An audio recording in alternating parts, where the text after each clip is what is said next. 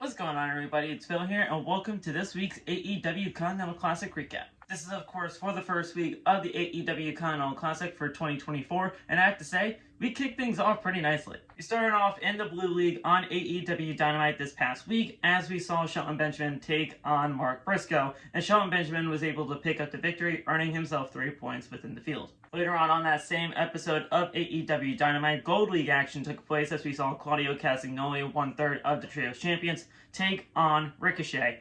And Claudio Castagnoli was able to pick up the victory with a surprise lariat, earning himself 3 points within the field. Dynamite's main event saw Gold League action take place as Darby Allin took on 1/3 of the House of Black and Brody King. Obviously, we know the history between these two, but with Brody King's power, Darby Allin was just no match. So Brody King was able to pick up 3 points within the field. We saw the Continental Classic continue on this past episode of AEW Collision, where we saw Will Ospreay take on Juice Robinson. Will Ospreay was able to hit the hidden blade on Juice Robinson to pick up his first 3 points within the field.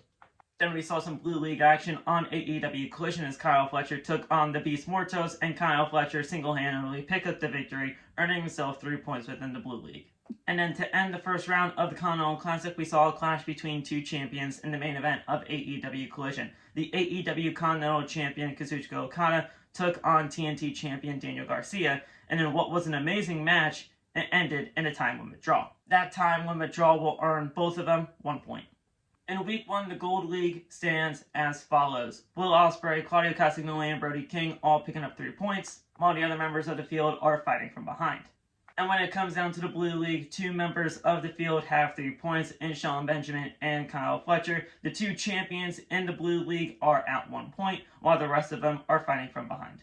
Following the stare down between the two on last week's AEW Dynamite, 2 people with 3 points within the current field in the Gold League are squaring off. It's Brody King taking on 1/3 of the Trios Champions, Claudio Castagnoli. And then in the Blue League, we have the 2 members that are leading the field with 3 points squaring off, as Shelton Benjamin takes on Kyle Fletcher. Who can be the first to earn 3 more points within the field, and who can be the one to stand on top with 6 points? We'll find out tomorrow night on AEW Dynamite.